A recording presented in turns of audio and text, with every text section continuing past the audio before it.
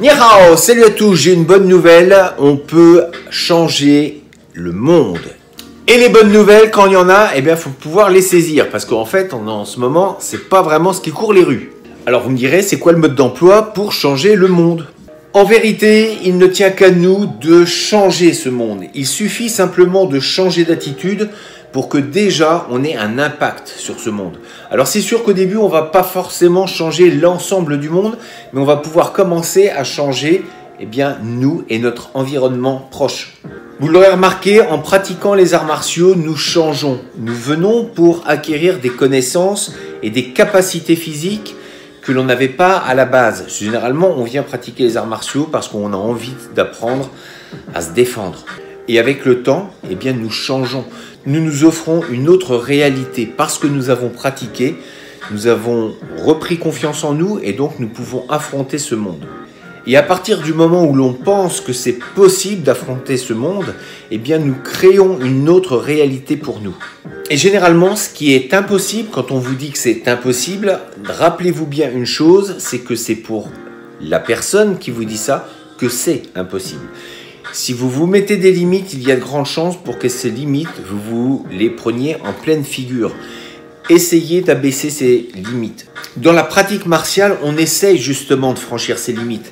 Alors c'est sûr que c'est pas simple, parce qu'il y a de la sueur, il y a de la douleur, mais c'est par ce biais, c'est par ce chemin qu'il faudra passer pour arriver justement à franchir ces limites. Vous le savez sans doute si vous suivez cette chaîne, que nous essayons de mettre en place une nouvelle marque qui a justement pour but de changer le monde, d'impacter ce monde à travers une nouvelle façon de penser en essayant d'y apporter la philosophie des arts martiaux. Alors la chose ne sera pas simple, bien évidemment que l'on ne changera peut-être pas le monde tout de suite, mais en tout cas nous avons cet objectif, parce que c'est en ayant un objectif qu'on va tendre vers celui-ci.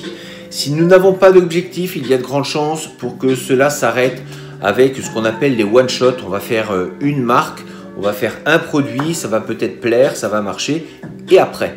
Le but de créer une marque n'est pas une fin en soi, il y a quelque chose derrière, il y a toute une philosophie et que nous allons mettre en place pour justement essayer d'impacter le plus de monde possible.